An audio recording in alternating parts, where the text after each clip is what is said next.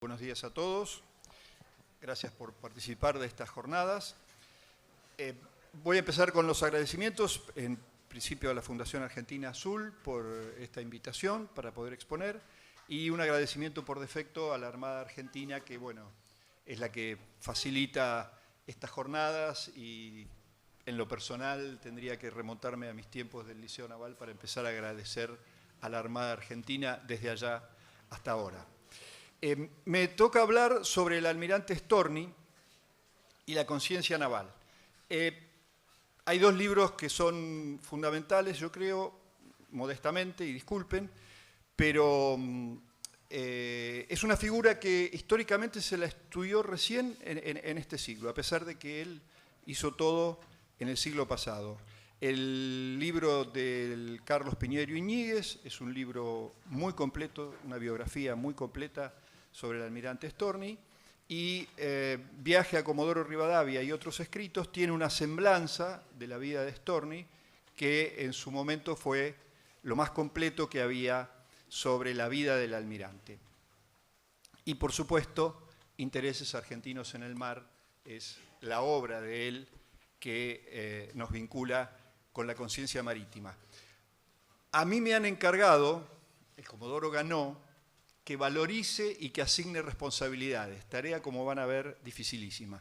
Pero vamos a hablar primero del almirante. Fíjense esta frase de él, que dijo en 1916, cuando era capitán de fragata. No era almirante ni sabía si iba a llegar a ser almirante o no. Siendo capitán de fragata, un oficial jefe de la Armada Argentina, en sus famosas y ya mencionadas aquí en esta tribuna, dos conferencias en el salón del Instituto Popular de Conferencias que tenía el diario La Prensa y que luego, por supuesto, fueron publicadas en el diario. Esta frase de él: si se enseña en las escuelas la geografía de la Pampa o del Chaco, ¿por qué no se han de enseñar también las nociones del mar argentino y de las riquezas que encierra? Fíjense cómo estábamos en 1916 y cómo estamos en 2026. Estas son las regiones geográficas donde la Argentina tiene algún tipo de jurisdicción. Como ven, amplias, amplísimas, marítimas y apoyadas en dos continentes, pero con un medio marítimo importantísimo, que ya lo han cuantificado también en esta tribuna. De la obra de Storni, Intereses argentinos en el mar, él enuncia los intereses que tiene la Argentina en el mar, los intereses marítimos argentinos. Las rutas de los sectores, ahora después, aquí él, en aquel año, en 1916, él veía los sectores que tenía la Argentina. Fíjense que no está la Argentina muy bien, no está integrada verticalmente, digamos, de norte a sur, sino que las regiones del Río de la Plata, por donde salía la inmensa riqueza, la región de Bahía Blanca, donde salía también la riqueza un poco del sur de la Pampa húmeda, y después las regiones patagónicas que recién se estaban desarrollando.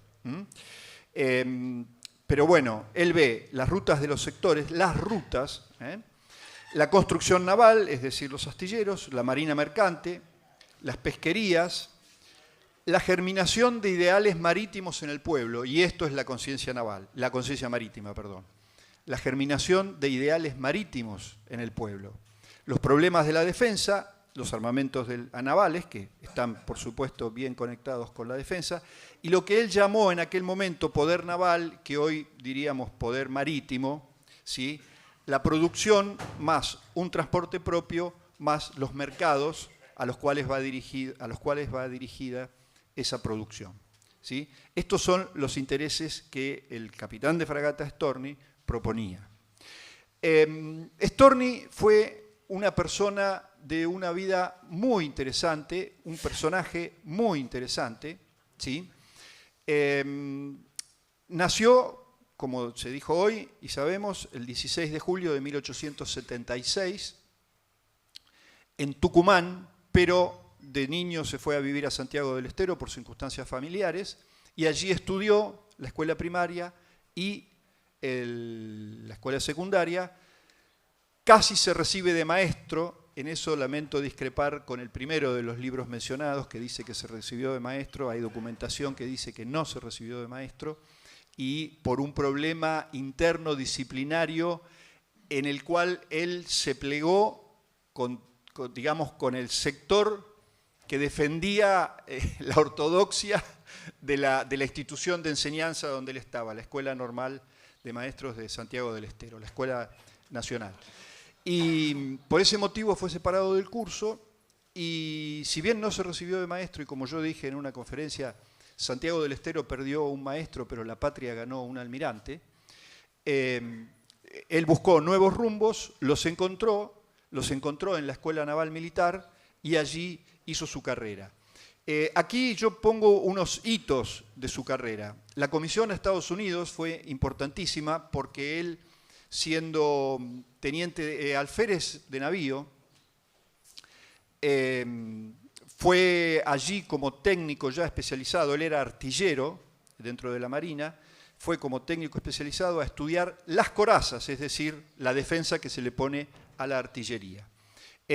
Cuando la Argentina encargó los acorazados, Rivadavia y Moreno, que luego se incorporaron, ¿no es cierto?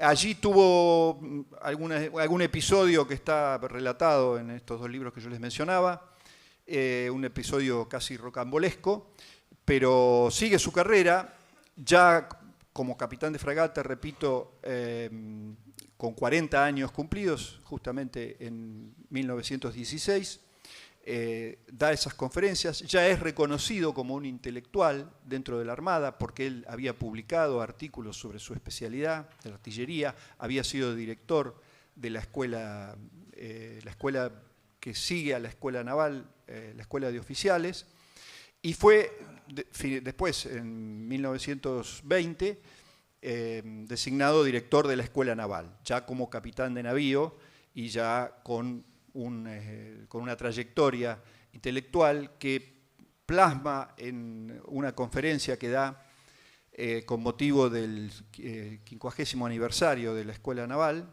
en 1972, el 1922.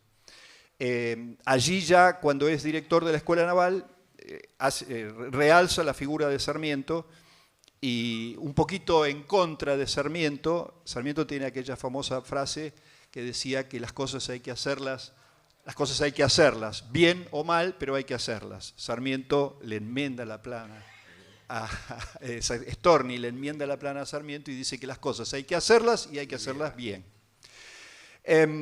Después, siempre dentro de su impecable trayectoria en la carrera naval, tiene un acercamiento a la política cuando la Revolución de 1930. Allí él es testigo de que el vicepresidente Martínez quería ser el presidente en sustitución de Irigoyen, cosa que, como sabemos, no ocurrió, y que el líder de la revolución, Uriburu, fue quien finalmente tomó la presidencia. Allí se lo supone cercano a una fracción del radicalismo. Sin embargo, él no tuvo militancia política.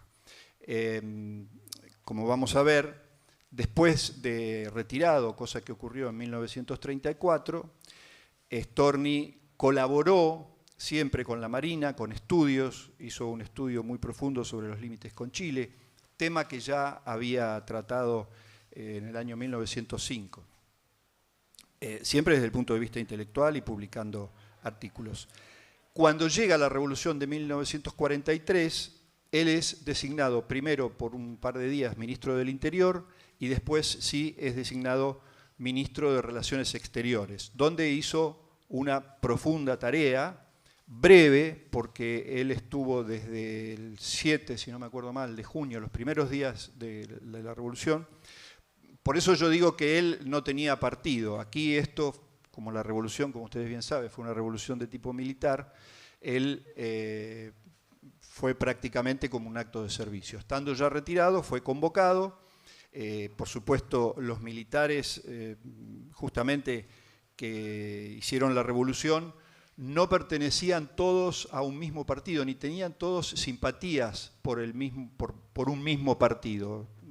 En aquel momento la polémica era entre conservadores y radicales, ¿no es cierto? No eran ni de uno ni del otro. En fin. Entonces, Storni adhería a lo que era la revolución que habían hecho las Fuerzas Armadas. La Marina tuvo una participación en aquella revolución de 1943, pero él fue más por la Marina que por una fracción ni del Ejército ni de la Marina. Tendríamos que profundizar un poquito más, pero no es tampoco la intención. Yo quiero hablar de la conciencia marítima.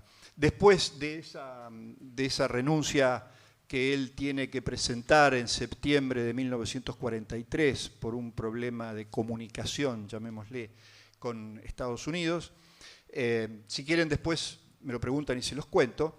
Él es obligado a renunciar en circunstancias más penosas de lo que se dice en un libro y presenta su renuncia sin inconvenientes y es sustituido y ya se retira definitivamente.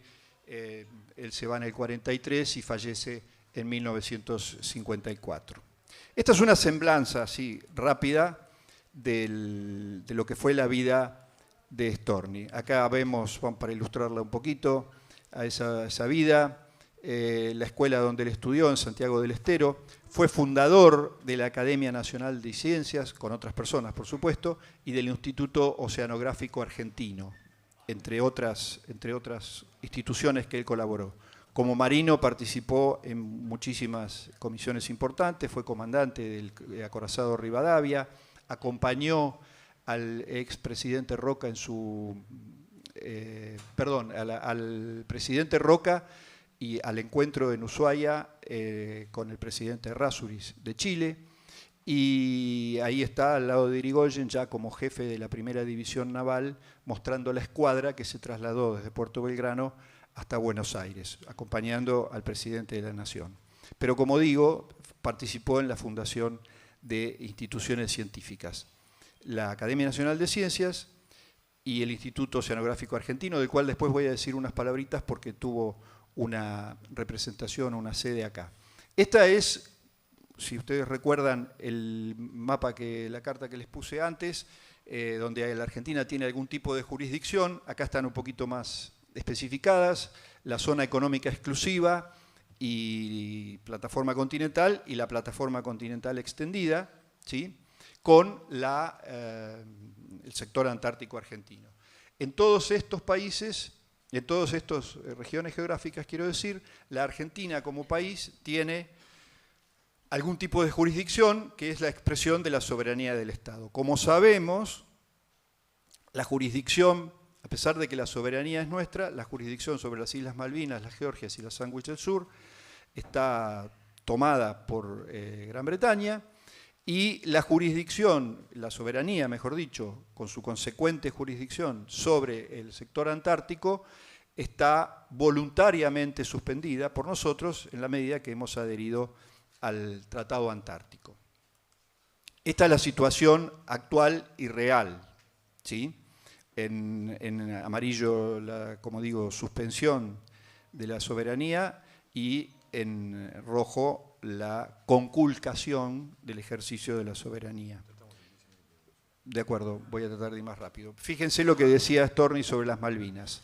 La creación de una base naval extranjera poderosa en las Islas Malvinas no podría, por la situación señalada, sino tener como una de sus inmediatas consecuencias el dominio de nuestros mares adyacentes y sus costas. Hoy en día, las fuerzas navales que están asentadas en las Islas Malvinas nos crean un problema de defensa. Pero bueno, eso está en poder de los técnicos de la defensa. Esto entonces se transforma, o es verdaderamente, ya se lo señaló aquí los expositores que me antecedieron, es un programa. Es un programa que nosotros tenemos que llegar a concretar. Este es el Instituto Oceanográfico Argentino, estaba ubicado en Playa Grande. Esta era la fachada que tenía proyectada, y esta es la casa que en Mar del Plata instaló en madera una construcción, si se quiere, precaria, pero interesante, que tenía instrumentos científicos, tenía un pequeño museo y demás. Y tenía inclusive hasta un pequeño buque oceanográfico, que era esta goleta Gama. Tenía un plan de estudios sobre el mar argentino. En todo esto participó Storni, no lo desarrolló. Para Mar del Plata, el significado que tiene Mar del Plata es que es una ciudad balnearia para el país prácticamente, es una ciudad pesquera y portuaria para sus ciudadanos, pero es la capital de los intereses marítimos argentinos, la tenemos que revitalizar como tal. Storni, en suma, formuló la dimensión marítima del país, la escribió, la sintetizó, la puso en claro.